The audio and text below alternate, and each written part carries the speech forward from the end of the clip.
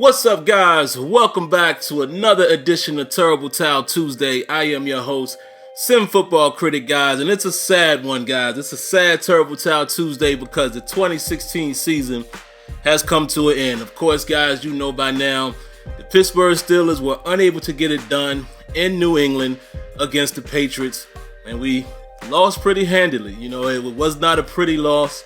No loss is pretty, but it was not even necessarily a close game. It just started to get out of hand, and we lost. A bad loss, which had a lot of people very emotional.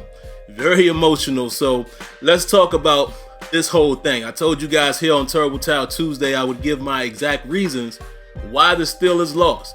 All right, and I did a message to the Steelers fans, right after the game. So if you haven't seen that, the link is in the description. Definitely check that out as well. But let's go ahead and address some of these things. Now, let's talk about the elephant in the room. The elephant in the room, guys, is coaching. Everyone always wants to say, oh, we got out-coached. Oh, Tomlin is a bad coach. Oh, Keith Butler needs to be fired. Oh, Todd Haley needs to be fired.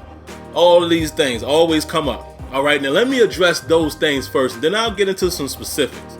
When it comes to coaching, we have to definitely face the fact that we faced off against Bill Belichick, which most people regard him as the greatest coach ever, if not one of the greatest, right? So you have to give them credit there.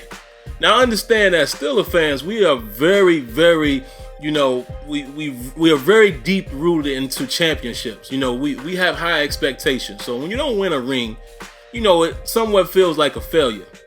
But we have to consider some things, all right, when it comes to coaching. This is the same staff that took a 4-5 team to the AFC Championship, right? Now, when everybody was winning, again, you never hear these things when guys are winning. Although I know there are a few people that may feel that way, and I respect those who feel like that. I respect people who say, I don't like the coaching staff regardless of if they're winning or not. I give you your respect because that's keeping it real. But most of the time, you don't hear that. It's only when they lose, coaches need to be fired. So the reason why I want to address that, let's talk about what happened last night. The Patriots, well, I say last night, but I'm referring to Sunday. The Patriots basically out-schemed us. Bill Belichick and Tom Brady out-schemed us. Not necessarily coached us, and let me explain what I mean. They had the perfect scheme to pick apart what the defense would present from the Pittsburgh Steelers. What the Steelers are known for doing. Even like they said, it's been happening for years. And Brady and Belichick know how to attack it. Just like they attack other teams. Think of all of the other teams that they have just continued to beat. Like I said, it's hard for Steelers to accept that. But it's the truth. Okay, let's look at it for a moment here. Everyone was saying, why are we in the zone? We need to come out that zone. Okay, so at what point are we going to do that? The Steelers don't have a man coverage personnel, folks. I hope you guys realize that. We don't. We definitely don't. Look at what Tom Brady did against the Houston Texans. The Texans gave him a little bit of problem early, primarily due to pressure, and they were able to play man-to-man a lot. But even still, Tom Brady was still able to make big plays against that team, which is the same thing that would happen against this Pittsburgh Steelers team in man coverage. Now, I will address that a little bit later in the video. As well, there are some things I think we could do. Well, let's stick to the script right now. Let's talk about the coaching thing and the zone coverage and all of that. This is the same defense that we have seen since week 1. This is the same defense that we've seen 4-5. Same defense. It's not going to change. That is the strategy that the Steelers had this year. The zone blitz defense scheme in general has been in the Steelers' wheelhouse for years. Maybe it's time to make some alterations, but I think we make brash decisions, or we just think irrationally when we say, oh, this doesn't work, that doesn't work. Look at the success that Steelers have had. Now, it may not work against Brady and them, but again, you can say that about a lot of teams. But you can't just switch up and start playing man if that's not the defense that you have. It's not going to work. Now, the Steelers have done that sometimes this year. It was a game we played early in the season. I can't remember who it was, but we were losing at half. We came out. We played a little more man coverage in that second half, and we won the game. I can't remember who it was, but that's not going to work against Brady. That is not the main thing that the Steelers defense does well, not with the current personnel. You look at the cornerbacks, all right? You look at Ross Cockrell. Is he a legit man corner? No, he's okay. William Gay, who is he going to cover in the slot? Man to man. Probably not going to happen, right? And then Artie Burns. Now, Artie Burns is probably the best candidate that we have. You know, he was a bump press corner in college, but he's young. He's a rookie. We've seen that as well this year. Think about the whole season when he's been in man coverage, what's happened to him. So you have to consider the fact that the Steelers put out the best chance they thought they would have. That's it. Brady and them just picked it apart. They picked it apart. And let me tell you why I got picked apart. It had really nothing to do with the scheme per se. It was two things. Personnel, right? As well as you have to consider the pressure. No pressure. Even times when we blitz, which we didn't blitz a whole lot, and Brady showed you why you don't want to blitz him and you don't get there. Remember that play to Chris Hogan? When he's just sitting in the back of the end zone and Robert Golden is not paying him any mind? I don't know what Robert Golden was doing in that scenario. We blitzed both Timmons and Shazier right up the middle and it got picked up. You see what I'm saying? This is why you can't blitz all the time. We have to give credit to Brady and company. They did an outstanding job. They had the perfect plan against our scheme. And think about this. If the Steelers would have came out and played man coverage all night and got roasted, what would y'all have said then? We would have said, oh man, they can't guard them. They need to play zone or something like that. You see what I'm saying? So we have to look at the whole spectrum when we're trying to say, you know, what does work, what doesn't work, et cetera, et cetera. We all know our Steelers defense and secondary is not the greatest right now. They haven't been for a few years. They're on a rebuilding stage right now. We've been in the rebuilding period for about 2 years now. And I think it's going to get better.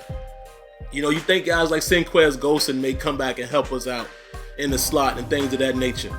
But that's what it is, guys. It's not so much that, oh, the zone doesn't work, the zone blitz doesn't work. Okay, again, we got to the AFC Championship game running this defense. When the Pittsburgh Steelers were the #1 defense overall in years past, same defense. But look at the personnel we had. And that lies the problem. We don't have the same personnel. Even the last time we were able to beat the Patriots, if I recall, I think it was 2012 or something like that, we did play man coverage, but look who we had. We had Ike Taylor on the outside, we had Keenan Lewis, and we had Cortez Allen, who was balling in the slot, which is where he needed to be. Outside really wasn't his thing, but he was a great slot corner. See what I'm saying? And Palomalu and things like that, you know, so you have to consider those things. I don't think specifically that it's the scheme. I do, however, think that we can adjust the scheme a little bit. I would like to see the Steelers being able to do both, more of a hybrid defense. We need to start drafting more players that can play man coverage and zone, so that way we can mix in these things. I definitely agree with that, absolutely. I'll agree with that. But just to say that the coaching sucks, and, you know, the Butler needs to be fired, Tomlin needs to be fired, I don't agree with that, guys, because the players have to make plays. There were so many opportunities in that game that we saw. And let's get into some of them, okay? Let's go ahead and do that, because I've talked you guys to death a little too much here in the beginning. Let's get into the specifics. Here are the main two topics: miscues and scheme. Miscues and scheme. And what I mean by scheme is what I just said. The scheme that we ran and the players within the scheme was unable to match up with the scheme that Brady and Belichick had. So let's go ahead and get into some of the miscues. We were struggling with the run game early. Couldn't really run the ball, so that kind of hurt us right there, right? But even though when Ben started to pass, things were opening up. Ben didn't really have a tough time moving the ball at times. Let's not forget, Ben threw for over 300 yards as well. So we had some opportunities there. I think we came out running because you definitely want to establish that. If you get the run game going, then obviously it's going to be a good day for you. So I understand why we came out like that. A lot of people question that. I've had people tell me, why won't we just come out and start passing? Come on, man. You still have to go with what works in your offense. You know AB is going to be double teamed, so you're hoping to get the run game going. That's going to open up the pass game. When the run wasn't working, we did go to the pass and it started working. All right. Conservative play calling early as well. Now, I saw some very conservative situations, particularly before the half, when we were attempting to score from the 1 yard line, which I still think Jesse James may have gotten in there. I'm not sure. I'm not too mad with the call because I don't really know where the ball was, but it is what it is. But from the 1, no Le'Veon Bell, and no disrespect to D'Angelo Williams because I like Williams, but those runs were just predictable, Todd Haley. Come on, Todd Haley. Now, if you want to talk about coaching, Todd Haley is the one I would point at times because he gets very conservative. And we have to understand that Tomlin gives his staff the ability to be coaches. He will override things in certain scenarios, but he allows these guys to take control and coach. So if we're going to put blame on a coach particularly, it has to be Todd Haley in some of these situations. You know, I was telling my buddy Tony, I don't think Todd Haley likes play action. Where is play action? We should have ran play action several times in the Chiefs game, even though we won that. Because the run game was working so well, it's perfect timing for play action, right? You get on the 1 yard line or the 6-inch line or whatever you want to call it in Sunday's game.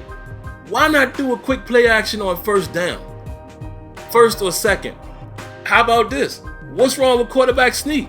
See, Brady does it all the time. Ben is 6'5", 200 plus, 240 or whatever he is. Let him sneak it. It's like we get away from that. I don't understand that. You run those 2 predictable play calls, those runs. I mean, like I always say, I don't understand why the Steelers feel like we need to go in a jumbo package and just punch it in. Spread them out and then run the ball. It opens up more lanes, more potential. Because now you're giving the team that you're facing the threat of pass or run. Again, I'm not an NFL coach. I'm just saying some of these stuff, some of these things to me seem to be like obvious.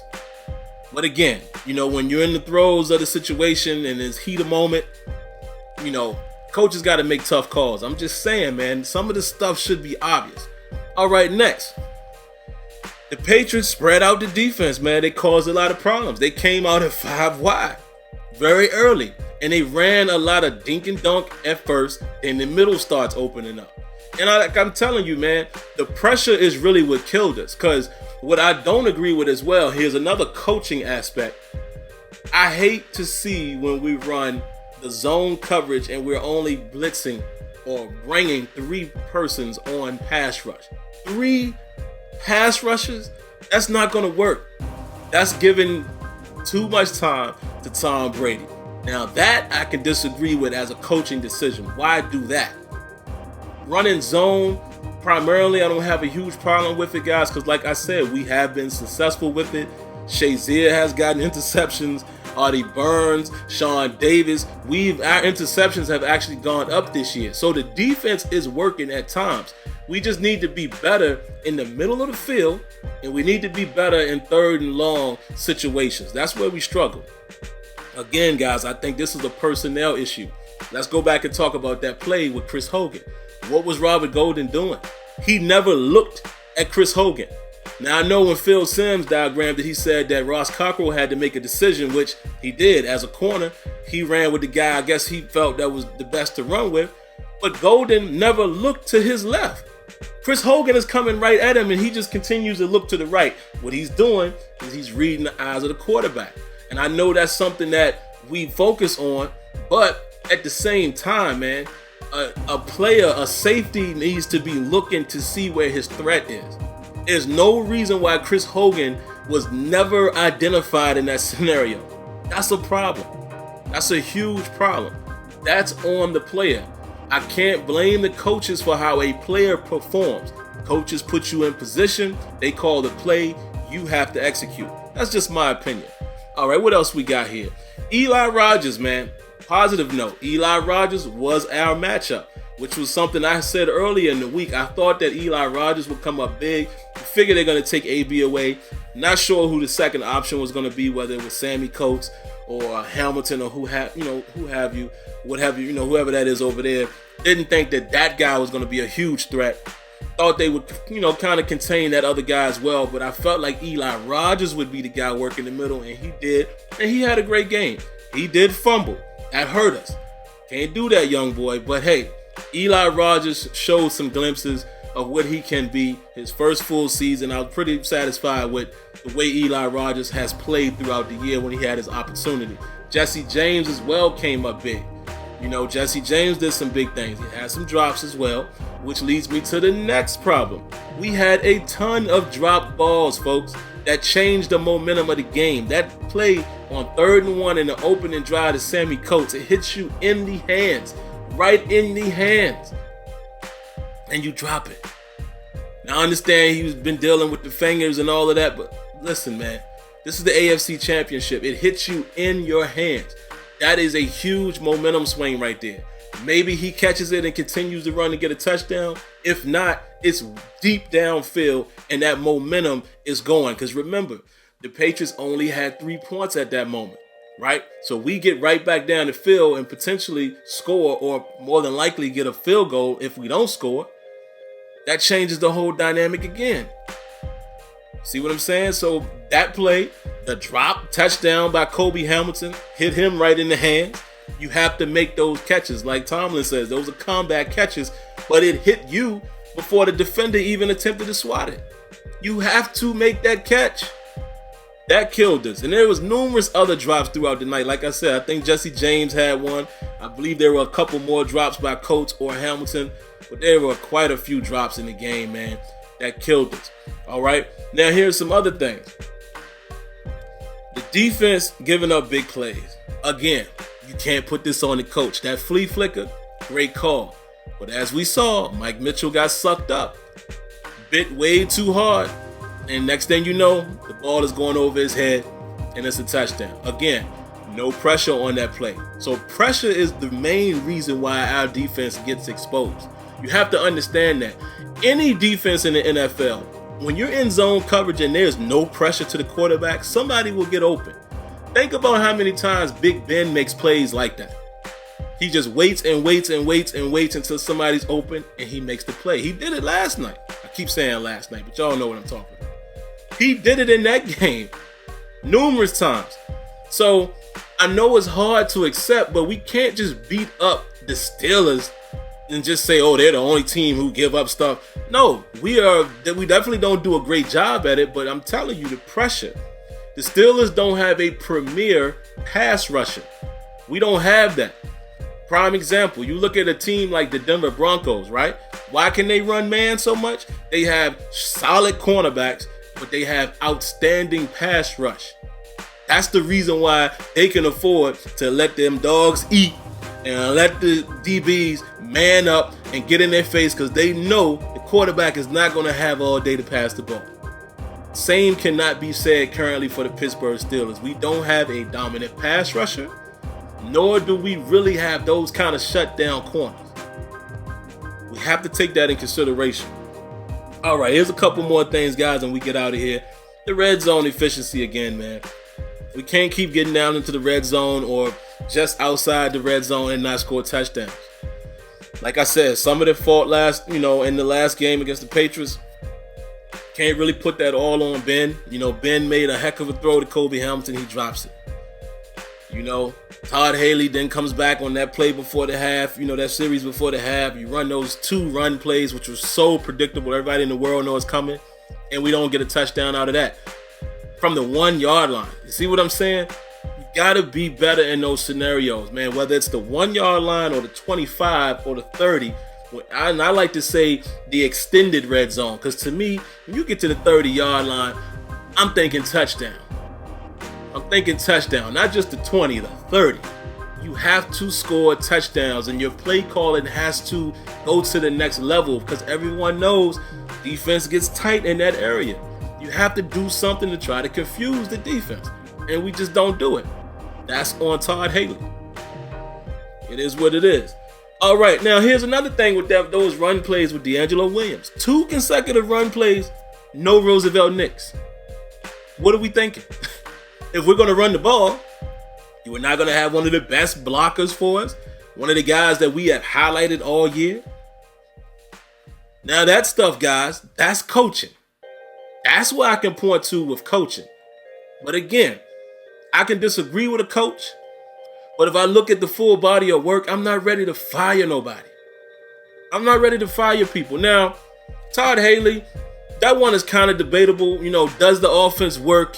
Does him and Ben really mesh? Who knows? I wouldn't be opposed to maybe discussing another coordinator, even though I think Todd Haley is kind of settled in right now. I just think they need to open it up. They need to allow Ben to run more no huddle, which we didn't do a ton again. And Ben is the most he has been so successful in no huddle. Why we choose not to run it is beyond me. So there's a problem. So I don't necessarily think that Haley needs to go. I just think we need to open up the playbook and utilize the weapons that we have. Stop being so indecisive. Stop being so predictable, man. Just that part of coaching, yes, I agree with. And here's some other things, man. Ben Roethlisberger actually had a decent game, man. He passed for, like I said, over 300 yards, had a touchdown, did have an interception, tried to force something late. That's going to happen. But Ben really wasn't the reason why we lost. He was not the reason why we lost. Our defense lost it for us, which is something I've been saying, guys, for the entire year. That Steelers defense. Have I not been telling y'all in every episode, pretty much, that I don't trust the secondary? We don't have the personnel yet. We are rebuilding. That's why I agree with what you guys are saying. Our defense has to get better, but we have to allow it to get better. Defense actually got a little bit better this year than they did last year. Since week 11, that run that we went on with the 9-game winning streak, they was playing good ball. But even when they were playing good ball, we still we still didn't get off the field when we were supposed to. There were still times that we were giving up 3rd and longs and deep shots down the middle. And it was evident. We could see that happening in the Kansas City game. There was holes in the defense then. You see what I'm saying? So it's not just Brady and Belichick. The Steelers have had that deficiency in the secondary for a while now. And we have to wait for it to improve. It's not going to improve overnight. These guys are young. Some of these guys are really just not equipped. Let's be fair. I don't think Mike Mitchell is the best cover safety. He's a thumper. He's not the best cover safety that we've seen. I'm just be fair. William Gay is no longer the William Gay that we've seen in the past. So we have to take all of those things in consideration. Lawrence Timmons, love him to death, but he's somewhat of a liability in the pass coverage. We don't have coverage linebackers. You see what I'm saying? So I will say this, guys, as I wrap up. I think there's some things that we could adjust, start getting some different personnel so we can do a balanced attack. So we can still zone blitz when we want to, but we can also switch up and go man on you. And I think we're limited right now to what we can do based on the personnel. Of course, it's going to fall on the coaches because that's what you see first. But trust me, I really believe that the coaches are doing what they think gives us the best option, whether it does or not. The zone probably is the better of the two right now based on the talent that we have in those positions. And there were a couple other things that I didn't like. Personal foul on Shazier, I think, was BS. That wasn't right. How do you call that in that scenario? How is he defenseless and at that moment? Come on. That was crazy. And the fumble. How was that not a fumble? When the ref clearly said, we have a clear recovery, but the Steelers are challenging the fact that the player wasn't down. So when you go back and look at the replay, at first you couldn't get a clear view, but when they showed the one from the front, clearly showed the ball was out, that should have been a recovery for the Steelers. Now again, I don't make excuses. I don't think that's the reason why we lost. You just throw those things in there. We lost because too many big players giving up on defense. Too many players on that defense seeming like they didn't know what they were doing, looking at each other after touchdowns. That shows you right there. That's on the players. It's on the players. That to me is not on the coaching. And prime example, again, I'll say it again, Bill Belichick and Brady, the scheme that they came in the game with was a better scheme to beat what the Steelers were going to come into the game with. And that's just what it is. I think we will get better. I think we're going to get a lot of weapons back next year, both offense and defense. We're missing huge guys. Martavis Bryant, if he can get himself together. Of course, if Hayward comes back healthy, and maybe praying that Golson comes back healthy. We'll see. This is a good team to build from. But I'll go ahead and end the segment here, guys. And next week I'll come back, maybe either next week or maybe after the Super Bowl. We'll start talking about the offseason. But I'll probably do a recap next week. And we'll recap the entire season. And I'll start talking about what I think we need to do going forward, looking at some of the free agents that we have and things of that nature. But that's why we lost, guys. That's why we lost. Be proud of the team. I don't think any of us expected them to be here.